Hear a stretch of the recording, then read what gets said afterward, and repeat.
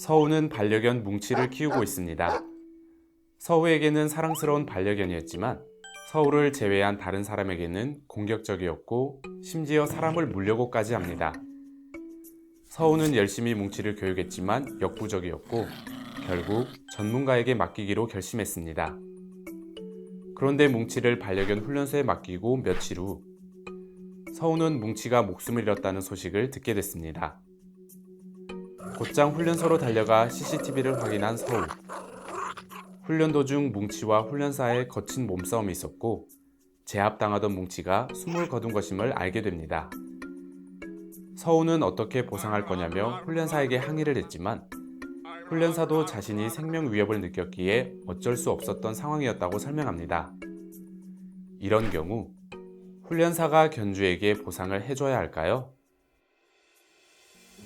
최근 반려동물을 키우는 사람들이 늘어나면서 일반적인 지식 없이 무작정 반려동물을 키우다 사고가 발생하는 부작용이 속출하기도 합니다. 이를 위해 반려동물을 제대로 교육할 수 있는 반려동물 훈련소가 있습니다. 그런데 반려동물 훈련소에서 훈련사와의 몸싸움으로 반려동물이 목숨을 잃는다면 어떻게 될까요? 훈련사가 반려동물 주인에게 보상을 해줘야 하는지 전문가의 의견을 들어보겠습니다.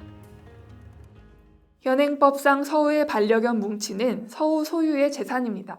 따라서 원칙적으로 보호자의 의사에 반해서 고의로 애완동물을 죽인 경우 형법 제366조상의 죄물손괴죄가 성립할 수 있습니다. 그러나 사안에서 훈련사는 고의로 뭉치를 죽인 것이 아니라 자신의 신체를 보호하기 위하여 불가피하게 뭉치를 죽인 것으로 볼 수 있기 때문에 위법성이 조각될 가능성이 있습니다. 형사처벌 여부와는 별개로 훈련사가 견주에게 뭉치의 사망에 대한 피해 보상을 해 주어야 할 수도 있습니다. 반려견 훈련소는 반려동물 소유자의 위탁을 받아 반려동물을 영업장 내에서 일시적으로 사육, 훈련 또는 보호하는 영업을 하는 곳이므로 동물보호법에서 규정하는 동물위탁관리업장입니다. 동물위탁관리업을 영위하는 영업자와 종사자는 위탁관리를 하고 있는 동물을 안전하게 관리하기 위한 적절한 조치를 취하여야 할 책임이 있기 때문에 이러한 조치를 게을리 했다는 사정이 인정되고 그로 인해서 뭉치가 사망에 이르렀다면 서우는 훈련사에게 손해배상을 청구할 수 있을 것입니다. 훈련소에 반려동물을 맡기는 사례가 늘어나면서 훈련소에서 반려동물이 죽거나 다치는 경우가 종종 생기고 있습니다.